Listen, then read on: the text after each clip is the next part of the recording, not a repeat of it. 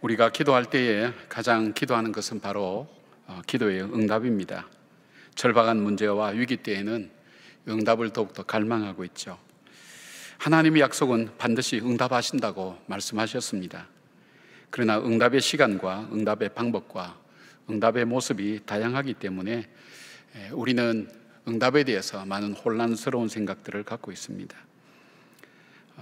기도에 대한 응답이 우리의 기대와 다르기 때문에 기도하다가 실망하고 낙심한 사람도 적지 않습니다. 이런 경우에는 응답되지 않는다고 생각하기가 쉽죠. 그럼에도 불구하고 성경은 낙심하지 말고 기도하기를 포기하지 말라고 말씀하십니다. 우리 예수님도 항상 기도하고 낙심하지 말아야 될 것은 악한 재판장의 비유로 말씀하시면서 응답에 대해서 누가복음 18장 7절부터 8절에 이렇게 말씀하십니다. 하물며 하나님께서 그 밤낮 부르짖는 택하신 자들의 원한을 풀어주지 아니하시겠느냐? 그들에게 오래 참으시겠느냐? 내가 너희에게 이르노니 속히 그 원한을 풀어주시리라. 그러나 인자가 올 때에 세상에서 믿음을 보겠느냐 하시니라. 다윗은 오늘 본문에서 그에게 하나님께서 응답하시지 않을 때에, 하나님께서 잠잠하실 때에 그는 무덤에 내려가는 자와 같은 무거운 절망감과 파멸에 직면할 수밖에 없었다고 호소합니다. 그렇다고 해서 이 다윗이 중단한 것이 아니라 더욱더 간절히 하나님께 기도하고 있는 모습을 보게 됩니다. 그리고 그는 마침내 기도의 응답을 받았다고 그렇게 고백을 합니다. 우리 모두 응답을 위한 간절한 기도를 드리고 있을 겁니다. 응답은 하나님의 절대 주권에 속한 것이지만 그럼에도 불구하고 다윗이 잠잠했던 그 하나님께서 그의 기도를 들으시고 응답하실 수 있었던 이유가 어디에 있을까요? 바로 다윗은 하나님께서 들으시는 기도를 드렸습니다. 자, 그러면 어떻게 하는 것이 하나님이 들으시는 기도인가?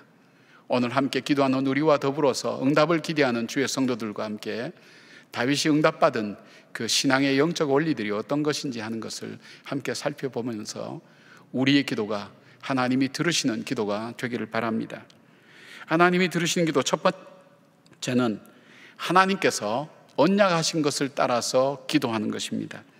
2절 말씀 보니까 내가 주의 지성소를 향하여 나의 손을 들고 주께 부르짖을 때에 나의 간구하는 소리를 들으소서, 그렇게 말씀했습니다.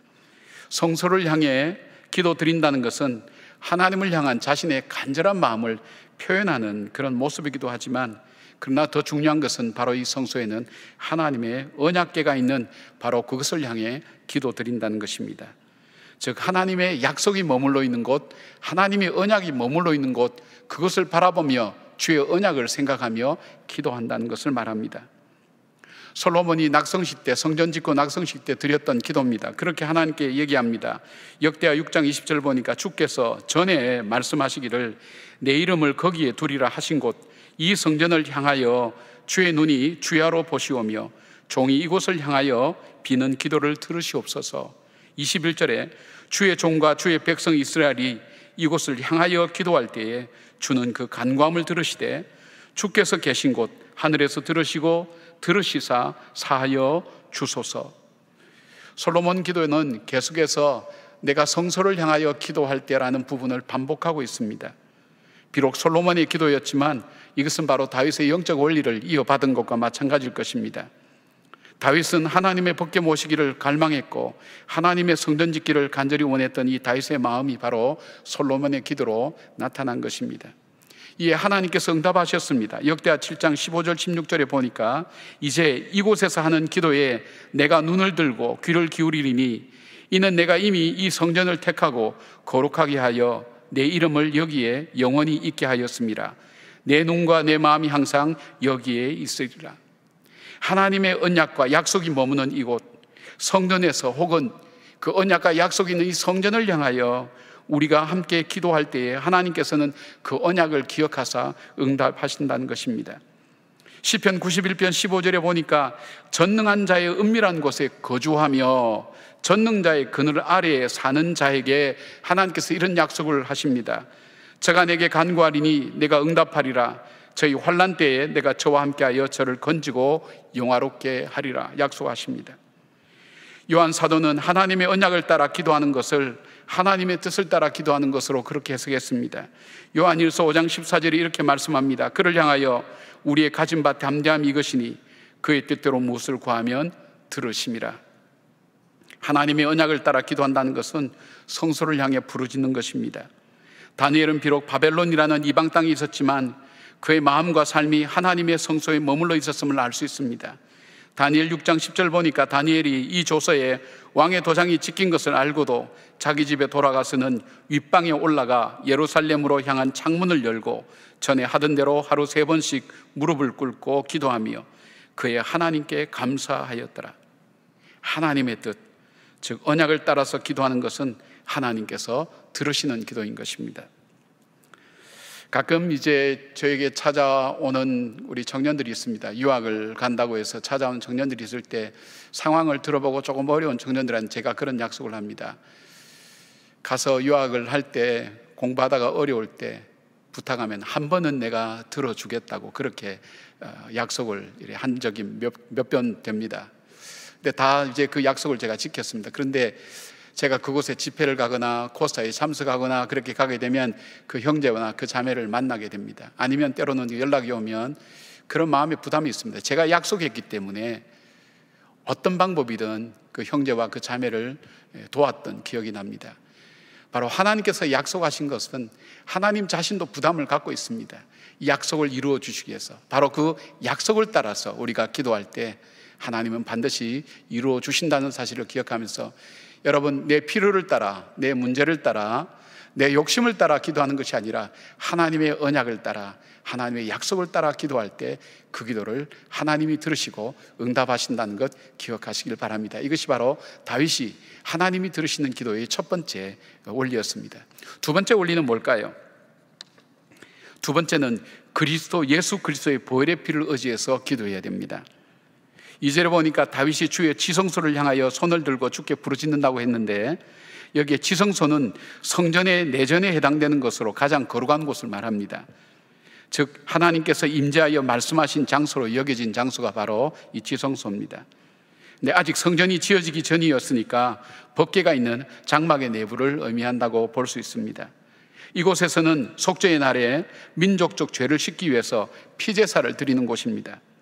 다윗이 지성소를 향해 손을 들고 부르짖는 것은 전능자 하나님 앞에 나가기 전에 자신을 피 흘림으로 씻김을 받아야 할 존재라는 죄인이라는 것을 그가 인정하고 고백하는 것을 말합니다.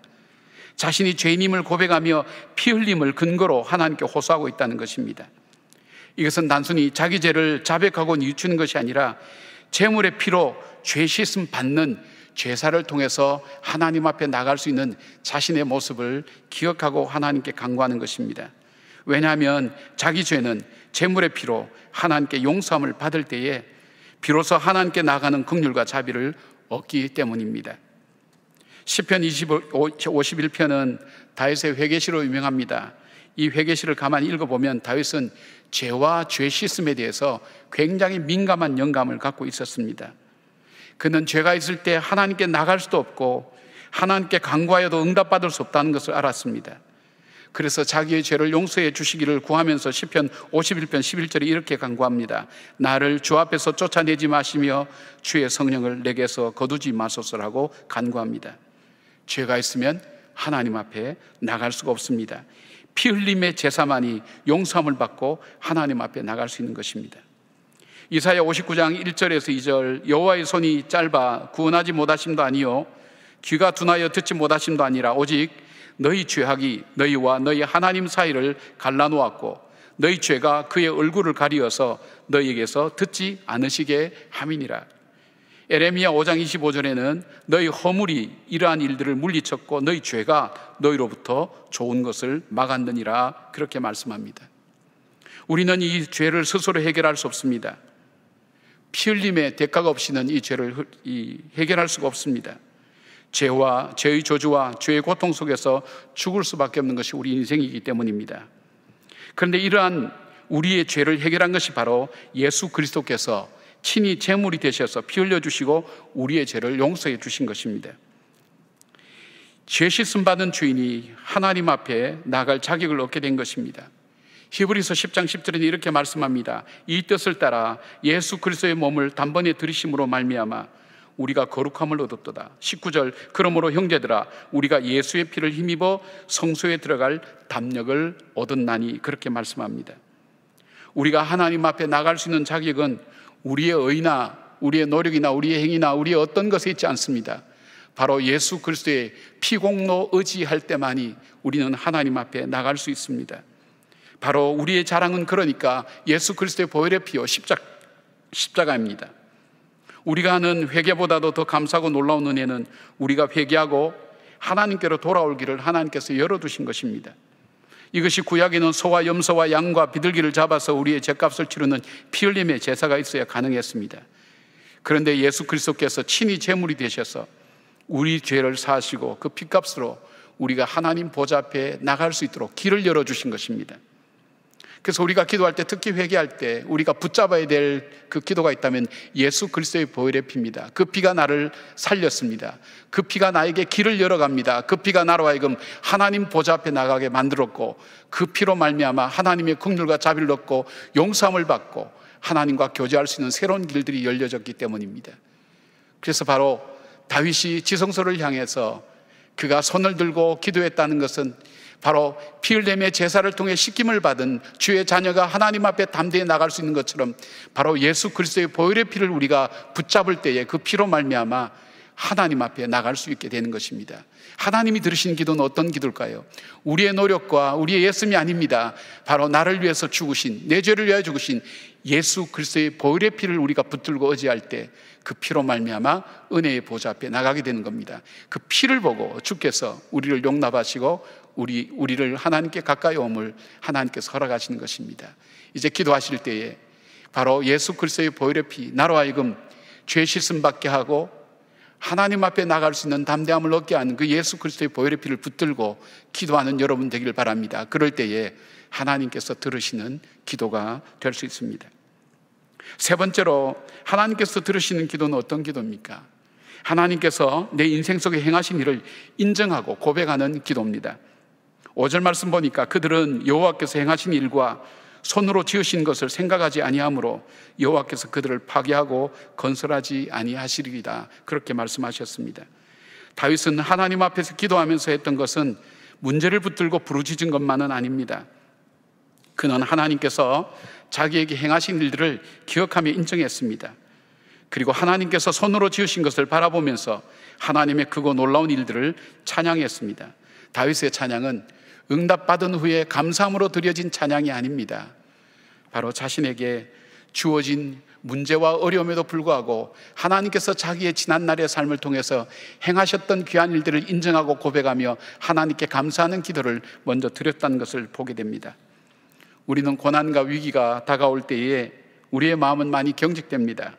그래서 조급한 마음이 마음에 가득해지죠.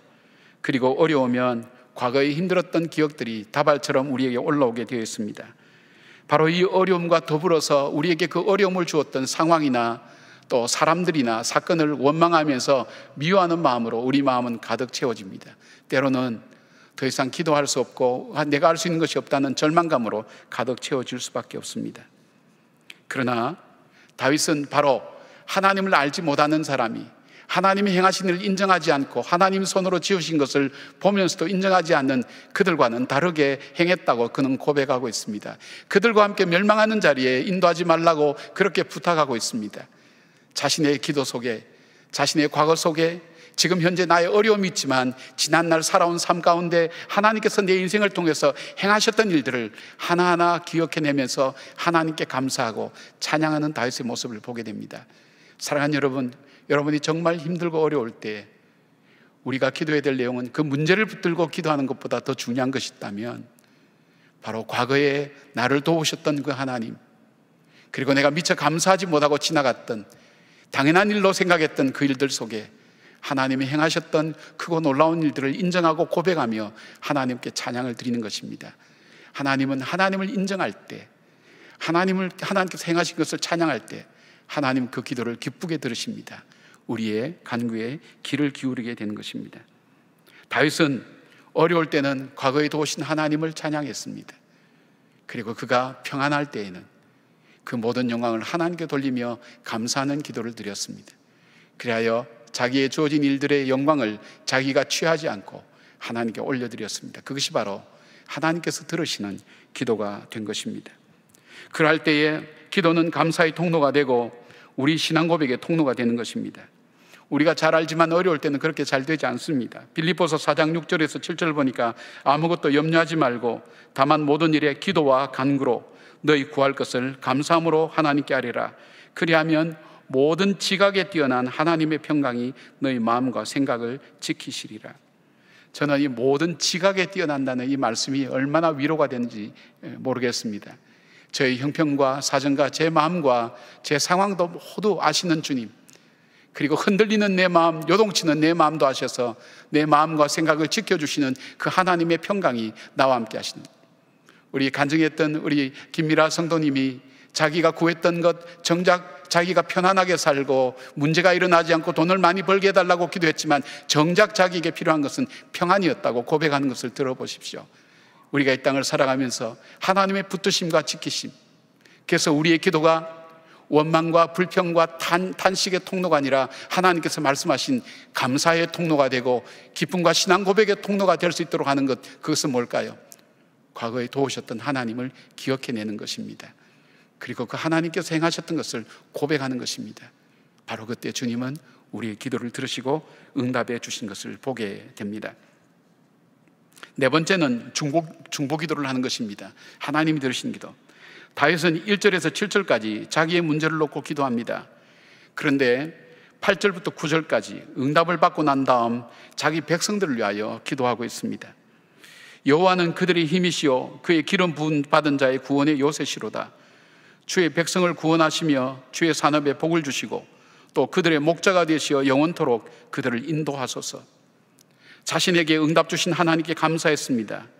그 응답하심을 통해서 그는 하나님이 진정으로 자기의 힘과 방패가 되셨고 그를 의지하는 자에게 베푸신 은혜가 크고 놀랍다고 찬양합니다. 그러나 그 응답의 축복이 자신만의 것이 아니라 자기와 같이 고난과 시련 가운데 있는 사람들을 위해서 기도하는 것입니다. 그들에게도 하나님께서 힘이 되시며 구원의 요새시며 구원해 주시며 그들의 산업에 복을 주실 뿐 아니라 그들의 목자가 되어 주시기를 간구하는 것입니다.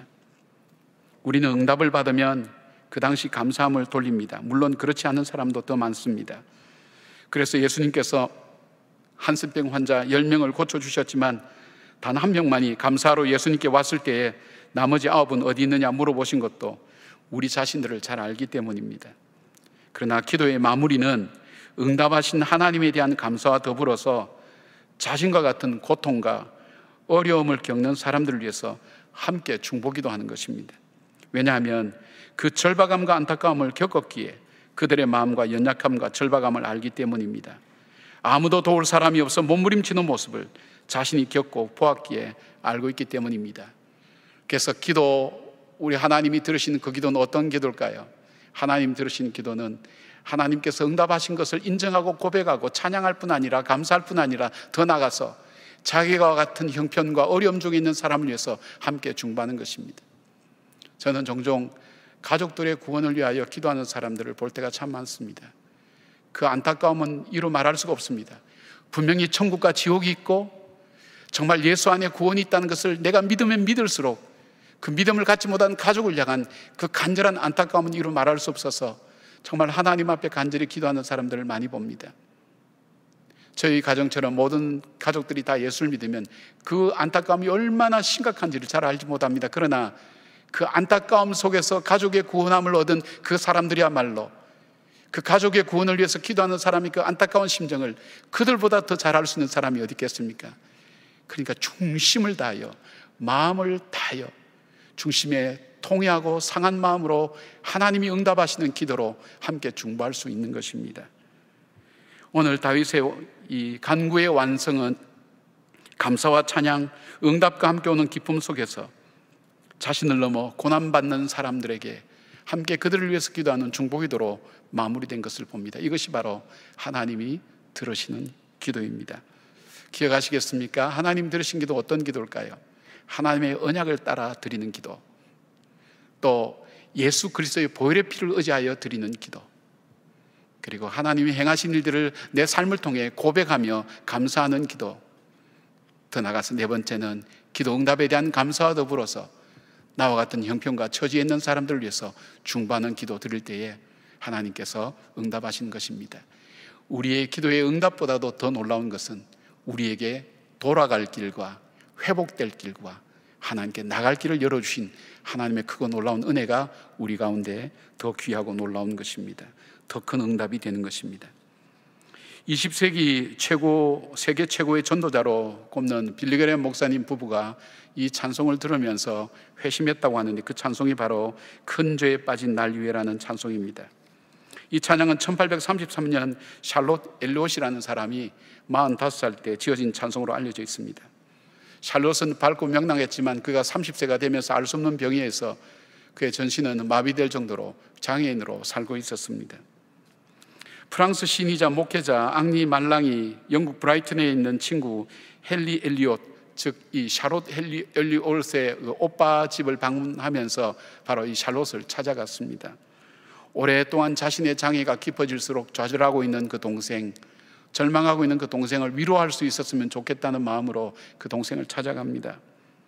바로 이 동생은 벌써 자신의 인생은 서서히 없어져 가고 있고, 자신이 할 수 있는 것은 아무것도 없구나, 이 세상에서 내가 할 수 있는 것은 가족들의 눈만 되고 있고 자기가 할 수 있는 것은 아무것도 없구나, 그리고 자기가 할 수 없는 것이 아무것도 없었기 때문에 자기는 쓸모없는 인생이라고, 그렇게 깊은 좌절 가운데 이 자매는 병들어 가고 있었습니다. 그는 결국은 신앙도 부임하게 이르렀고 가족들과의 대화도 잘 되지 않았습니다. 그런데 말랑 목사가 찾아와서 위로하여도 한마디도 들리지 않았습니다. 모두 허공에 치는 메아리처럼 들렸습니다. 근데 말랑 목사님이 생각을 바꿉니다. 바로 이 자매에게 문학과 시에 대한 관심인 줄 알고 시에 대한 이야기를 하면서 이 자매는 조금씩 이 목사님의 이야기를 듣기 시작합니다. 그리고 어느 정도 대화가 됐을 때 말랑 목사님이 이렇게 얘기합니다. 엘리엇, 누구든지 아픔이 있지만 하나님은 견딜 수 있는 어려움을 주십니다. 그리고 그 고난에서 승리한 사람을 사용하시지요. 지금에 있는 당신의 모습 그대로 하나님께 드려보십시오. 있는 그대로, 연약하고 아무것도 하지 못하는 그 모습 그대로 하나님은 당신의 모습을 받기를 원하십니다. 그 얘기를 듣고 그녀는 고개를 저으며 말했습니다. 몸조차 가눌 수 없고 마음도 삐뚤어진 믿음도 없는 나 같은 사람을 하나님이 어떻게 사용하신단 말이야. 그리고 그 말랑 목사님은 지나간 그 자리에 왠지 알 수 없는 공허감이 그 마음속에 머물렀습니다. 그 이야기와 나는 너무나 동떨어진 인생을 살고 있다는 생각. 그런데 어느 날 그 마음속에 그 목사님의 말씀이 자기에게 메아리쳐 오는 겁니다. 너 있는 그대로, 너 자신 그대로 하나님께 드려보라고. 순간 그가 옛날부터 믿어왔던 그 하나님, 예수 십자가의 보혈의 피로 내 죄를 용서하시고 하나님 앞으로 초청하여 주신 그 하나님의 큰 은혜, 나를 구원해 주신 큰 은혜가 그의 마음속에 찾아오기 시작했습니다. 아무 가치도 없는, 자기 자신도 자기를 포기한 나를 포기치 않고 찾아오신 그 하나님의 은혜, 그 예수 그리스도의 나를 위해서 내가 죄인 되었을 때도, 내가 연약할 때도, 내가 하나님과 원수 되었을 때도 포기하지 않고 나에게 찾아오셨던 예수 그리스도의 그 보혈의 피가 자기 마음속에 적셔오기 시작했습니다. 그는 15년의 깊은 아픔만큼이나 하나님의 깊은 오해를 터뜨리며 회개합니다. 그리고 그 하나님의 사랑을 받아들입니다.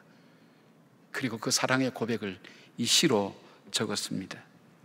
큰 죄에 빠진 날 위에 주 보혈 흘려주시고 또 나를 오라 하시니 주께로 거저갑니다. 내 죄를 씻는 능력은 주 보혈밖에 없으니 정하게 되기 원하여 주께로 거저갑니다.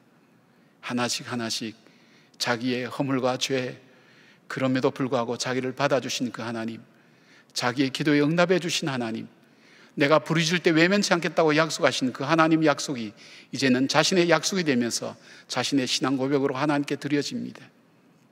여러분, 이 찬양은 미국에서 가장 많이 불려진 찬양이었습니다. 그리고 이 찬양은 수많은 사람을 하나님께로 돌아오게 된 놀라운 찬양으로 기록되고 있습니다. 15년만큼 깊은 좌절 속에, 절망 속에, 어려움 속에 내가 할 수 있는 것은 아무것도 없다고, 나는 이제 끝난 인생이라고 생각했던 그 절망에서 끌어올리신 하나님의 놀라운 그 사랑, 십자가의 보혈, 그 찬양이 수많은 사람들 마음속에 삶을 바꾸고 생을 바꾸는 놀라운 은혜가 된 것을 보게 됩니다. 바로 이 찬양을 부를 수 있다면 다윗의 찬양이 아닐까요? 죽을 자리에서 무덤에 내려가는 자와 같은 자기의 심정에 자기의 기도를 들으시고 응답하신 그 하나님, 그 기도를 들으셨다면 오늘 그 하나님은 오늘 저와 여러분의 기도를 들으실 겁니다. 가정 안에서, 교회 안에서, 그리고 이 시대를 바라보며 좌절과 절망하는 우리들 속에 우리가 하나님의 구원하심을 바라보며 나의 힘과 방패가 되셨다는 그 다윗의 고백을 우리가 기억하며 하나님 앞에, 저는 한국 교회가 해야 될 가장 귀한 일이 있다면, 회개보다 더 중요한 앞서서 한 일이 있다면, 지난날 정말 버려진 이 땅, 어둠의 땅, 이 땅에 복음으로 찾아오셔서 우리 민족을, 우리 교회를 여기까지 인도해 주신 그 하나님에 대한 다하지 못한 감사를 먼저 회복하는 것이 우리에게 가장 중요한 일입니다. 그리고 그 큰 사랑만큼 응답하며 살지 못했던 우리 자신들을 하나님께 돌아보며 다시 한번 이 땅에, 다시 한번 우리의 삶에 하나님의 기회와 하나님의 응답하심이 있기를 간구하는 그 눈물의 기도가 하나님께 함께 드려질 때에 오늘 다윗처럼 주님께서 정말 내 방패가 되셨다고, 내 힘이 되셨다고, 내가 정말 의지하는 하나님이셨다는 그 고백들이 우리 성도님들 가정과 개인의 삶 속에서 하나님께 드려질 아름다운 찬양이 되리라 믿습니다. 그 찬양을 기억하며 오늘도 나를 구속하신 예수 그리스도의 보혈에 피 의지하여 기도하며 나가는 우리 모든 성도들이 되시기를 주의 이름으로 축원합니다. 아멘. 기도하겠습니다. 큰 죄악 씻기 원하나 내 힘이 항상 약하니 보혈의 공로 믿고서 주께로 거저갑니다. 내 죄가 심히 무거워 구하여 줄 리 없으니 나의 의심 떨쳐버리고 주께로 거저갑니다. 죄 용서하여 주시고 내 마음 위로하심을 나 항상 믿고 고마워 주께로 거저갑니다.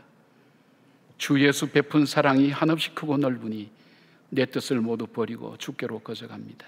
주님, 사랑하는 우리 성도님들, 우리 모두가 함께 주께로 거저갑니다. 내 기도를 들으시고 응답하시고 나의 부르짖음 앞에 외면치 않겠다고 약속하신 예수 그리스도의 그 보혈에 피 의지하여 나갈 때에 은혜의 보좌 앞에 담대히 나가는 그 기쁨과 감사와 충만함이 우리 속에 회복되게 하여 주시옵소서. 예수님의 이름으로 기도드리옵나이다. 아멘. 다 함께 일어나셔서 결단의 찬송 282장 함께 찬양하시겠습니다.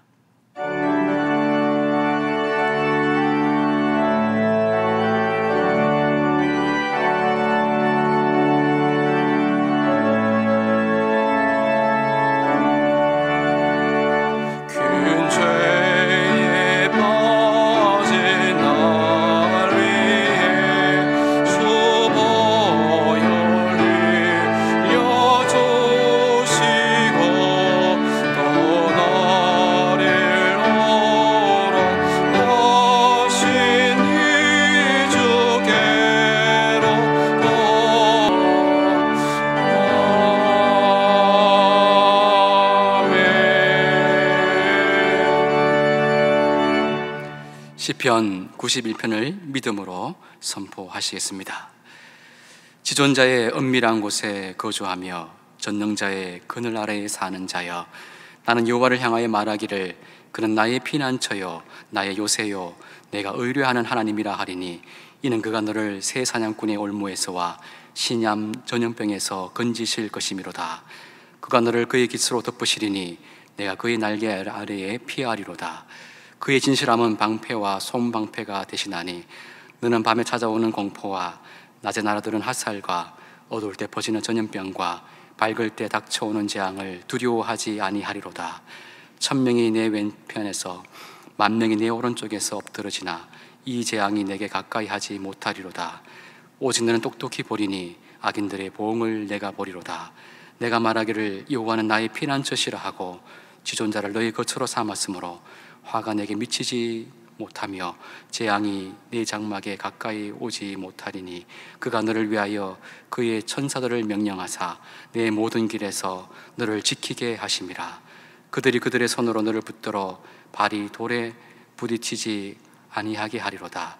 내가 사자와 독사를 밟으며 젊은 사자와 뱀을 발로 누르리로다.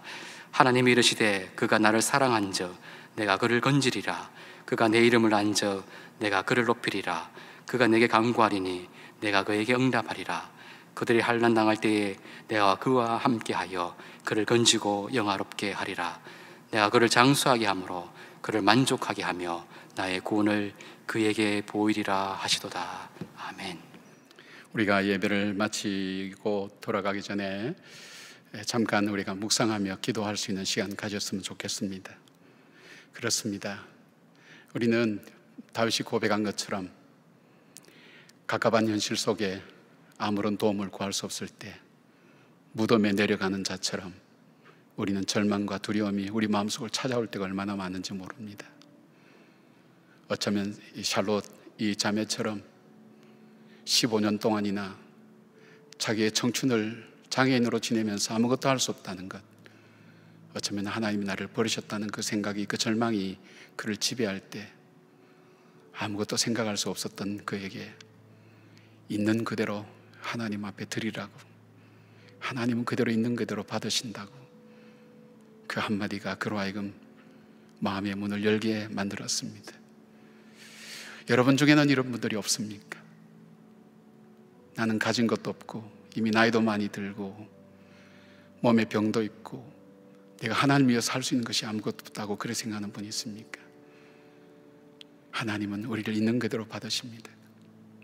그러기에 우리 주 예수 그리스도께서 십자가에서 보혈의 피로 우리의 죄를 대속해 주시고 하나님 앞에 나갈 수 있도록 해주셨습니다.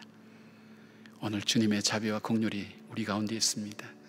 주의 보혈의 피를 의지해서 하나님 앞에 우리의 마음의 안타까움을 가지고 다윗처럼 함께 기도해 보지 않겠습니까? 하나님, 주의 약속을 따라 기도합니다. 주의 언약을 따라 기도합니다. 주님, 보혈의 피 의지하여 주님 앞에 나아갑니다. 내 공로가 아닌 보혈의 피입니다. 주님, 맞습니다. 과거에 나와 함께 하신 그 하나님 너무나 잊어버리고 살았습니다. 그 주님이 나와 함께 계심을 여전히 믿습니다. 주님, 나와 같은 고난과 시련 가운데 있는 그 사람들, 그들도 긍휼히 여겨주시고 불쌍히 여겨달라고 우리 잠시 한번 하나님 앞에 기도하겠습니다. 같이 기도하겠습니다. 아버지 하나님,